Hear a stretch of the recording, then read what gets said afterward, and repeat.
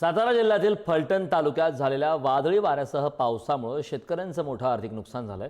विशेषतः केळी पिकांचं मोठ्या प्रमाणावर नुकसान झालंय। सुमारे 2 एकर क्षेत्रातील केळी पीक उद्ध्वस्त होऊन जमीनदोस्त झाले। शेतकऱ्याचे 12 लाखाहून अधिक नुकसान झालंय। शेतकऱ्यांच्या वतीने प्रशासनाकडे त्वरित पाहणी करून आर्थिक मदत देण्याची मागणी सरकारकडे करण्यात आली। माझी 2 एकराची केळीची बाग पूर्णपणे ह्या 5 दिवसाच्या पावसामुळे पूर्णपणे उद्ध्वस्त झालेली आहे। त्याला अंदाजे 6 लाख रुपये माझा खर्च आलाय। निर्यातक्षम केळीचं मी उत्पन्न घेतो। आजच्या रेटप्रमाणे माझे 12 ते 15 लाखाचे नुकसान झालेले आहे आणि ह्याची दखल कुठं मायबाप सरकारने घ्यावी। मी अत्यंत गरीब परिस्थितीतनं उत्पन्न काढलेलं आहे।